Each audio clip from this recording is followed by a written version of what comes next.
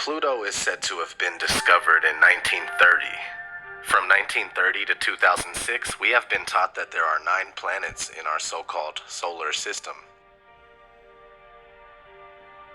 In 2006, Pluto was stripped of its planetary status, meaning since 2006, the International Astronomical Union officially recognizes 8 planets.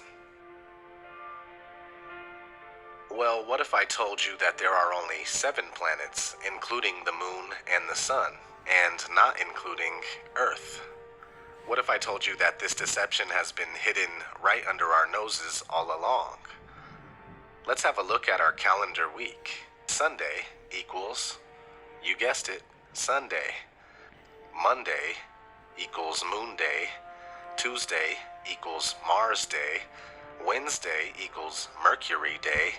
Thursday equals Jupiter Day. Friday equals Venus Day. Saturday equals Saturn Day. These are the original 7 planets encoded in our weekdays. Let's have a look at the etymology of planet. It tells you how basically the planets are wandering stars, and if you look down here on the bottom, it says, so called because they have apparent motion, unlike the fixed stars. Originally included also the moon and sun. The ancient Greeks considered the planets to be wandering stars.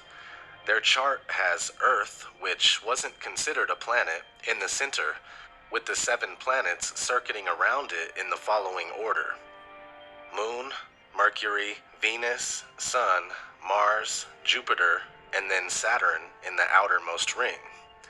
If you look one ring past Saturn, you'll see the firmament, also known as the crystalline heaven, which contains all the stars.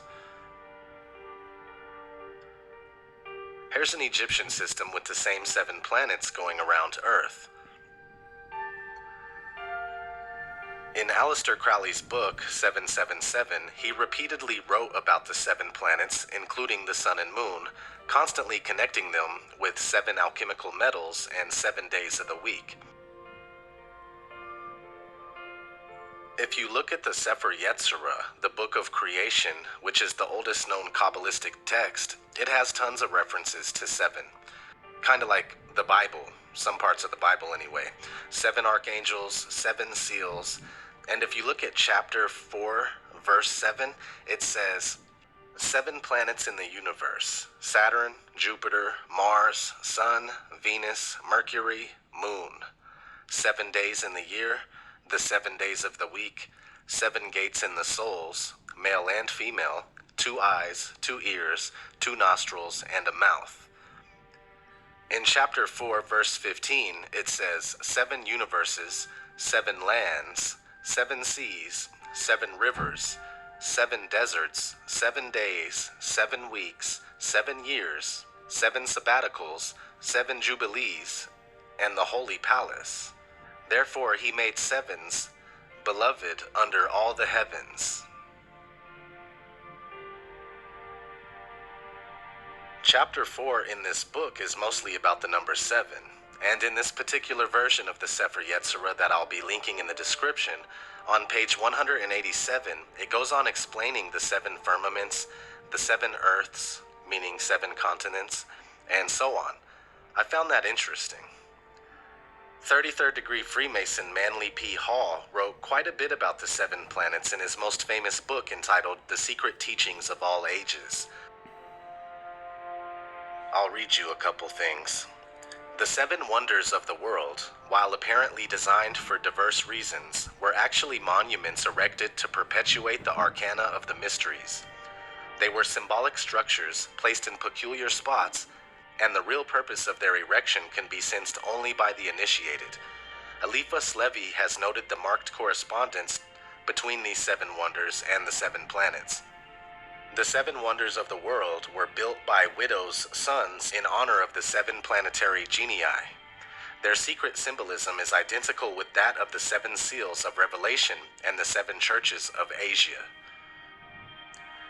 Pythagoras, according to some authorities, divided the universe into 9 parts, according to others, into 12 parts.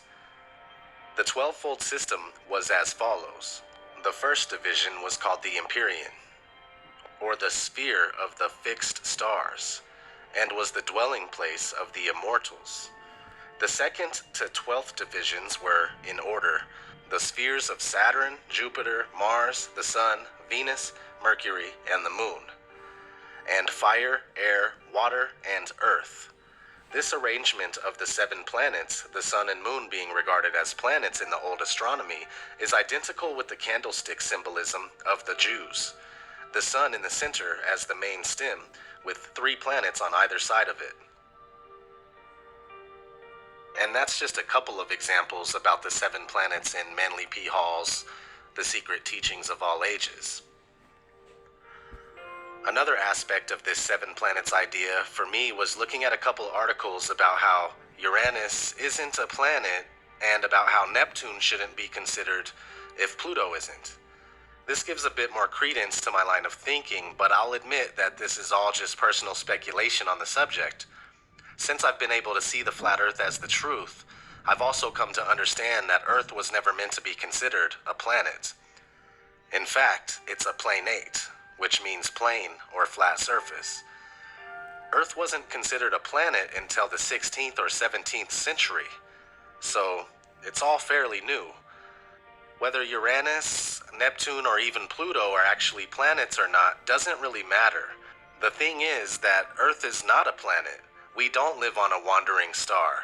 We live on Earth, which is nothing more than land, because the water is not included in the word Earth. What we witness above us in the night skies are the planets, the wandering stars, the luminaries, moving about while the stars move uniformly in circuits, contrary to the wandering stars. When this information presented itself to me, I felt compelled to touch on the subject. So, thanks for watching. Until next time.